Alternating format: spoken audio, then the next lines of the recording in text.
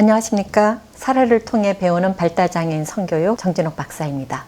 오늘은 중증 자폐인의 자유행위 두 번째 얘기해 보겠습니다. 먼저 두 번째 얘기 시작하기 전에 발달장애인의 성교육을 인간대어감이라고 타이틀을 붙인 이유가 있습니다. 제가 하는 이 성교육의 철학 말씀드리면 이 발달장애인 성교육은 인간대어감을 위한 교육이어야 한다.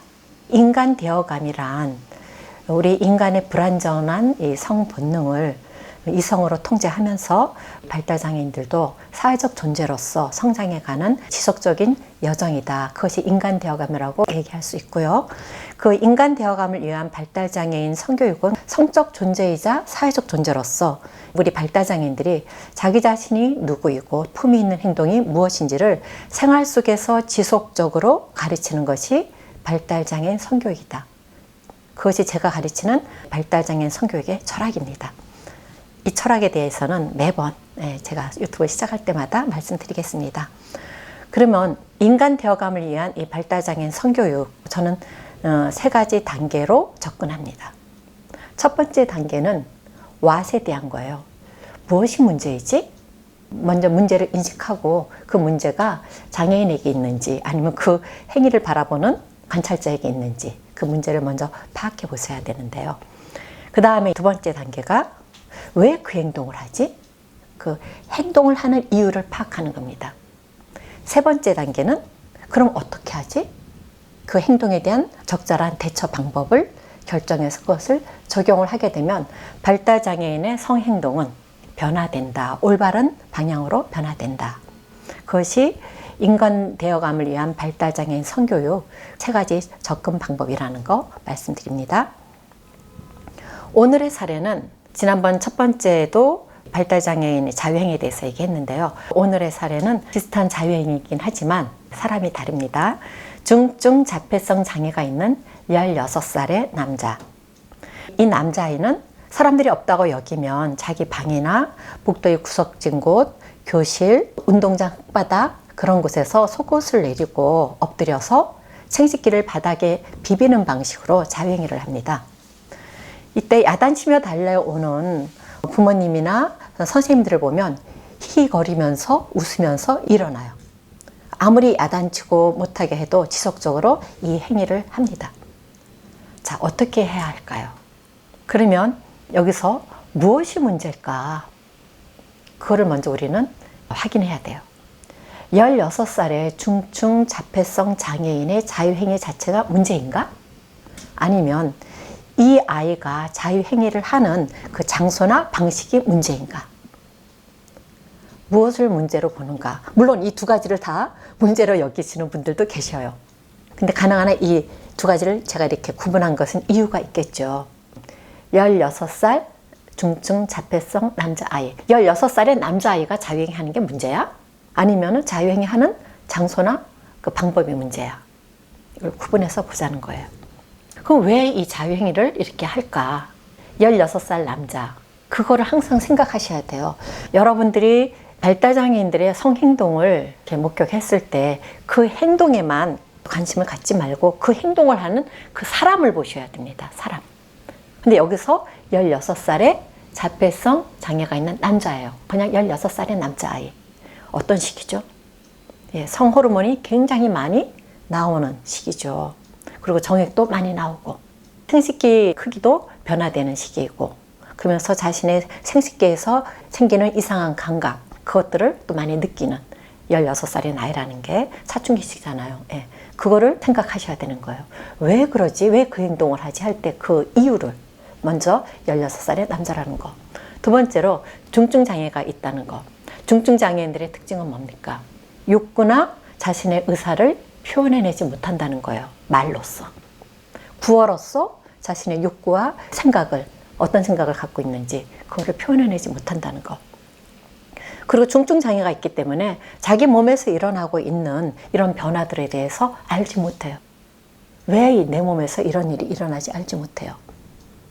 그리고 중증 장애인들의 그 삶을 보면은 프라이버시가 없습니다. 사적인 시간과 공간이 없다는 거예요. 다 오픈되어 있는 삶이라는 겁니다. 장애가 중하니까 늘 누군가가 돌봐야 되잖아요.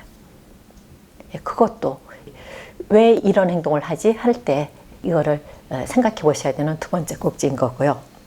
그 다음에 자폐성이라는 거. 우리가 발달장애는 지적장애, 자폐범주성장애, 내병변장애, 그래서 멘탈에 어려움을 겪는 이 세 가지 유형의 장애가 발달장애에 포함되죠. 이 자폐범주성장애, 자폐인이라는 자폐가 있다는 것은 무슨 의미인가? 감각 자극에 대한 민감성이 굉장히 큰 사람들이라는 거예요. 감각 자극. 그러니까 생식기 부위에서 일어나는 이상한 어떤 감각들, 그것에 굉장히 센시티브한 사람들이라는 거죠. 마지막으로 이 친구가 엎드려서 생식기를 비비는 이 행동, 자유행위 방식을 그렇게 하는 거예요. 자폐가 있는 중증 장애인이다 보니까 자유행위를 효과적으로 어떻게 해야 되는지 모릅니다. 효과적인 자유행위 방식을 몰라요. 그리고 이들이 생식기 압박과 마찰에서 생기는 이 성적인 쾌감을 느낍니다. 즐거운 거예요. 효과적인 생식기 자극 방법은 모르지만 이 생식기를 압박하고 그 바닥에 비비면서 마찰되는 거기서 느껴지는 그 어떤 성적인 쾌감을 느끼는 거죠. 그러니까 좋으니까 그 행동을 계속하는 거거든요. 근데 엎드려서 생식기를 비비는 그런 방식으로 자유행위를 하고 있다. 이 사례에 대해서 왜 이 친구가 16살 먹은 중증 자폐 남자아이가 자기 방이나 복도, 운동장 그런 데서 속옷을 내리고 엎드려서 자기 생식기를 비비는 그런 방식으로 자유행위를 할까? 그리고 사람들이 달려오면은 웃으면서 일어나고. 그러니까 그 자유행위 자체에 대한 부끄러움, 왜냐하면 생식기를 노출하는 거라든가 자유행위 하는 것은 굉장히 사적인 활동인데 이 친구는 그거를 모르는 거죠. 이 친구 살면은 사생활이 없었으니까, 프라이버시가 없었기 때문에 계속해서 늘 공적인 삶이었잖아요. 자신의 몸이, 자신의 행위가 다 다른 사람의 눈에 늘 노출되어 있는. 그러니까 그것이 방이든 복도든 운동장이든 상관이 없어요. 근데 이제 사람들의 눈치를 보기는 하죠. 왜? 그런 행위를 할 때마다 부모님이나 선생님이 야단을 쳤기 때문에 가능한 사람들이 없을 때 그 행동을 할 정도의 그런 어떤 인지력은 있는 사람인 거죠. 그럼 이런 친구에게 우리가 세 번째로 어떻게 이걸 접근해야 될까, 대처를 해야 될까? 부모나 선생님들이 반복해서 이 친구에게 해줘야 되는 것이 무엇일까? 그거는 이 친구의 몸과 마음에서 일어나는 것들에 대해서 알려줘야 되는 거고요. 또 하나는 사회적인 것. 그러니까 사회적인 거는 뭡니까? 다른 사람이 있는 공간과 시간. 그것에는 또 규칙이 작동되고 있거든요. 사회 규칙. 사람들하고 약속한 거. 그거를 알려줘야 되는 거예요. 자기 몸과 마음에 대한 거, 그 다음에 사회적인 거. 먼저 몸에서 일어나는 이 발기, 사정, 그것을 알려줘야 돼요. 물론 이 친구들이 중증이다 보니까 알려줘도 모를 거야. 그래서 얘기를 안 해주세요. 많은 부모님들이, 선생님들이 이 친구들은 중증 장애가 있기 때문에 우리가 이런 말을 해줘도 몰라. 그러니까 말해줄 필요가 없어. 그러면서 많은 얘기들을 안 해줍니다. 얘기를 안 해주는데 더 모르죠. 얘기를 해줘도 모를 판인데 그런 정보가 안 들어가면 더 모르죠. 그래서 저는 이 친구들이 알아듣는지 못 알아듣는지 우리가 정확하게 몰라요. 그래서 저는 얘기해 줘야 된다 생각합니다. 어쩌면 이들이 표현을 안 하지만 우리의 말을 알아들을 수도 있거든요. 그래서 몸에서 일어나는 발기, 사정, 그것을 알려줘라. 반복해서. 그 다음에 공과 사의 바운더리에 대한 교육을 해줘야 됩니다. 자유행위 할 수 있는 사적 공간과 사적 시간이 있어야 된다는 얘기예요. 그리고 그런 사적 공간과 사적 시간은 늘 정해져 있어야 돼요. 고정되어 있어야 돼요. 이랬다 저랬다 바꿔지면 너무 헷갈려요. 알지 못해요. 그 다음에 자유행위 할 수 없는 공간에 대해서도, 그런 시간에 대해서도 얘기해 줘야 됩니다. 항상 이런 자폐가 있는 친구들에게는 굉장히 명료하게, 굉장히 확실하게 꼭 집어서 이 방에서만 할 수 있어. 거실에서는 하면 안 돼. 교실에서는 친구들이 있으니까 안 돼. 항상 분명하게 어디는 되고 어디는 안 되는지, 어떤 시간은 되고 어떤 시간은 안 되는지, 그거를 항상 명료하게 이 친구들에게 얘기해 주셔야 돼요. 무조건 여기서는 안 돼. 그게 아니에요.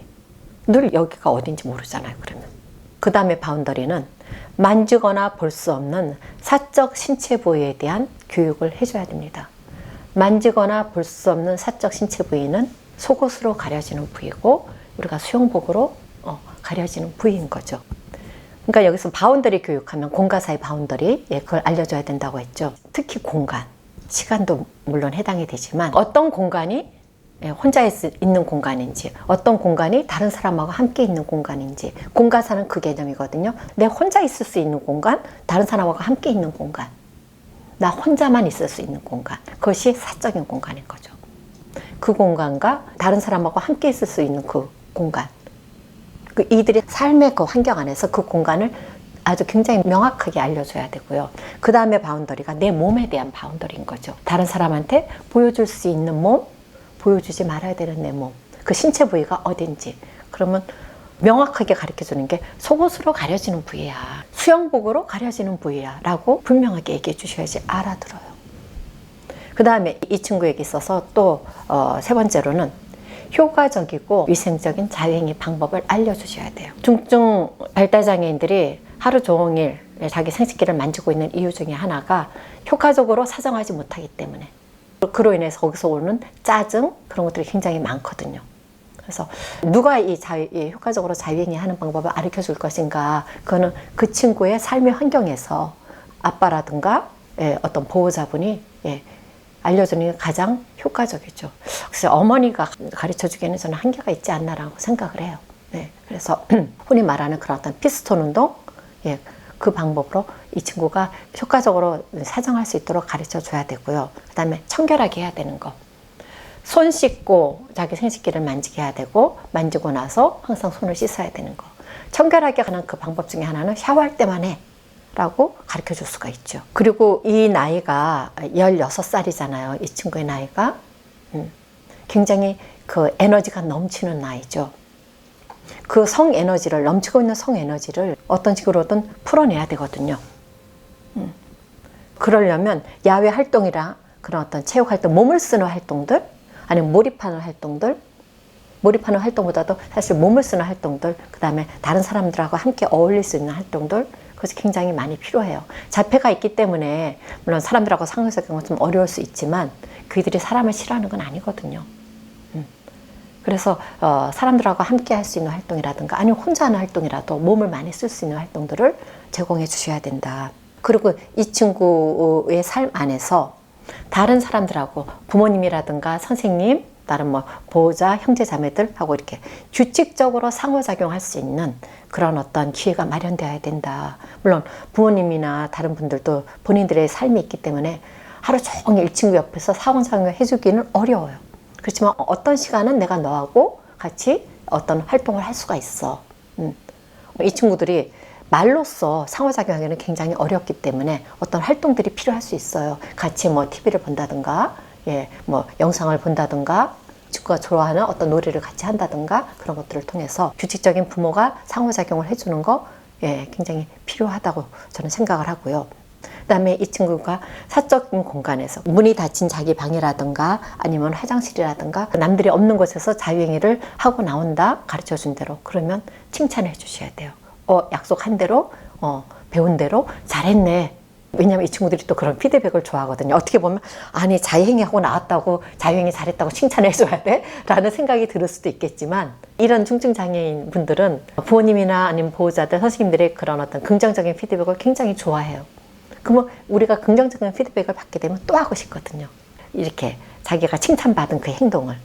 그래서 이들의 올바른 자유행위 하는 방식을 그대로 유지하도록 하기 위해서는 긍정적인 피드백이 필요하다.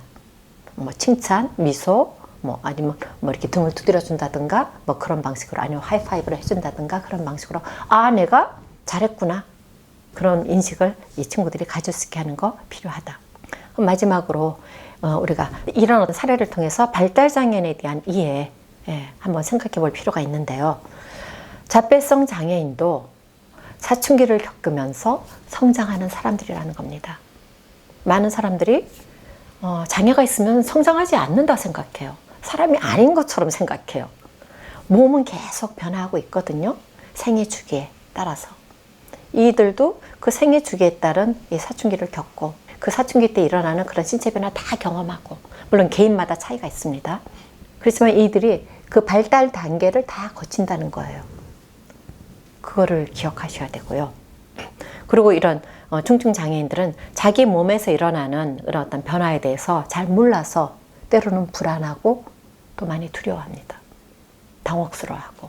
그래서 이런 얘기를 이들이 알아듣든 못 알아듣든 해줘야 된다. 이거는 괜찮은 거야. 다른 사람도 다 그래. 아빠도 그렇고 형아도 그렇고 너만 그러는 거 아니야. 그거 괜찮아.